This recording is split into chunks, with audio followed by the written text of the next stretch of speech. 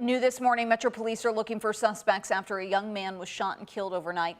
Police say around 12:45 this morning, officers found the 18-year-old victim shot multiple times on West Wheatmore Drive, which is just off Manslick Road in the Jacobs neighborhood. He died at the hospital. If you know anything about the shooting, you're asked to call the anonymous tip line at 574-LMPD. Take these and any sexual harassment allegations very seriously. I also take the handling of these allegations very seriously. That is why I came to this decision. Right now, Louisville Police Chief Jacqueline Gwynn Bill is on administrative leave because of how she handled sexual assault allegations within the department. That's according to Mayor Craig Greenberg. It is our top story here this morning. We're going to be telling you a lot more about it. The mayor suspended the chief Wednesday afternoon after hiring a retired FBI agent to handle the investigation. WHAS11's Alex Dieterer and photojournalist Aspen Hester were there as Greenberg explained his decision and the department's next steps. I have placed Chief Jacqueline Gwynn Bill on administrative leave. Louisville Mayor Craig Greenberg, facing multiple news cameras late Wednesday, explained why the LMPD chief, who assumed that role less than a year ago, is now on paid leave. Following concerns recently brought to my attention regarding how Chief Gwynn Bill handled a workplace sexual harassment allegation involving LMPD officers. I will not tolerate sexual misconduct in Louisville Metro government, including in LMPD. Greenberg said Gwynn Villarroel was not involved in the alleged sexual misconduct, and the investigation is surrounding her handling of the situation. Deputy Chief Paul Humphrey will be taking over as acting chief. The investigation will be led by this man, former FBI agent David Byer.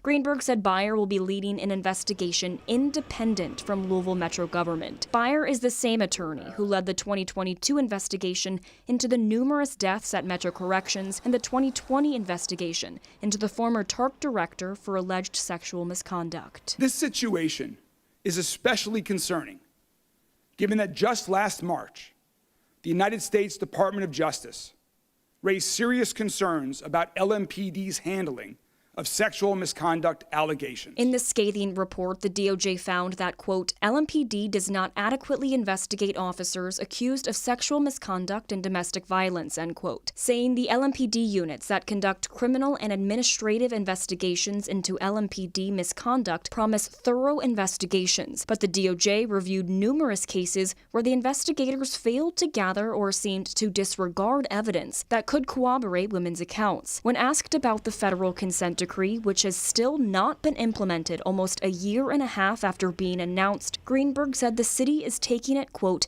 very seriously. Acting Chief Humphrey and others on the command staff, along with members of my administration, put in countless hours every day of the week working with the DOJ on a consent decree. We take the findings seriously. We take reform and improvement to LMPD seriously. We take transparency and accountability in all of Metro government very seriously. It's unknown how long Gwynn Villarroel will be placed on paid administrative leave. In Louisville, with photojournalist Aspen Hester, Alex Dieterer, WHAS 11 on your side. Deputy Chief Paul Humphrey is now serving as the acting chief. He's been with LMPD for 18 years and leads the department's new Accountability and Improvement Bureau. Humphrey is also the lead officer working with the U.S. Department of Justice as it negotiates a consent decree with the city. Humphrey spoke about his commitment to move the department forward during the suspension announcement. You can watch his full response on the WHAS 11 YouTube page. Happening today, one of the suspects in the Crystal Rogers case will try to get the charges against him dropped. Steve Lawson's defense filed a motion that'll be heard in court today.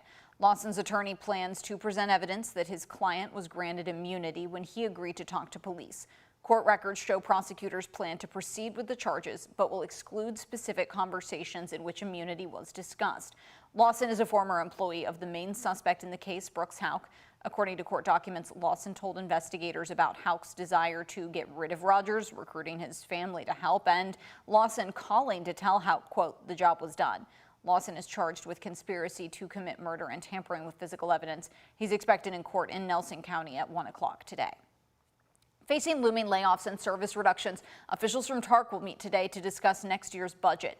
The Transit Authority says it needs to make cuts to meet expected expenses by mid-2026. It would impact dozens of routes throughout the city, which could see reductions as early as June 30th. That means fewer routes will be available to riders. There would also be fewer buses running as TARC plans to shift to Saturday-level service. The changes will not affect its 4 busiest routes: 4th Street, Dixie Rapid, Broadway, and Preston Highway. Without cuts, TARC said the budget gap could be as much as $30 million by 2026. The proposed budget still needs to be approved by Metro Council, and TARC's budget committee meets at 4:30 today. Right now, 6 people, including a juvenile, are facing charges in connection to a recent wave of car thefts.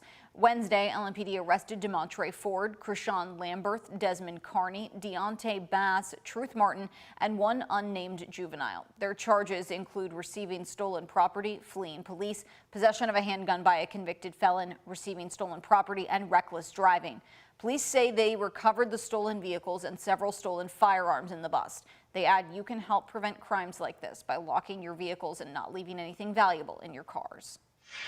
Happening today, JCPS is going to break ground on a brand new early childhood center. It'll be behind Watterson Elementary School off Breckenridge Lane. The new center will feature 24 classrooms designed for 3- and 4-year-old students.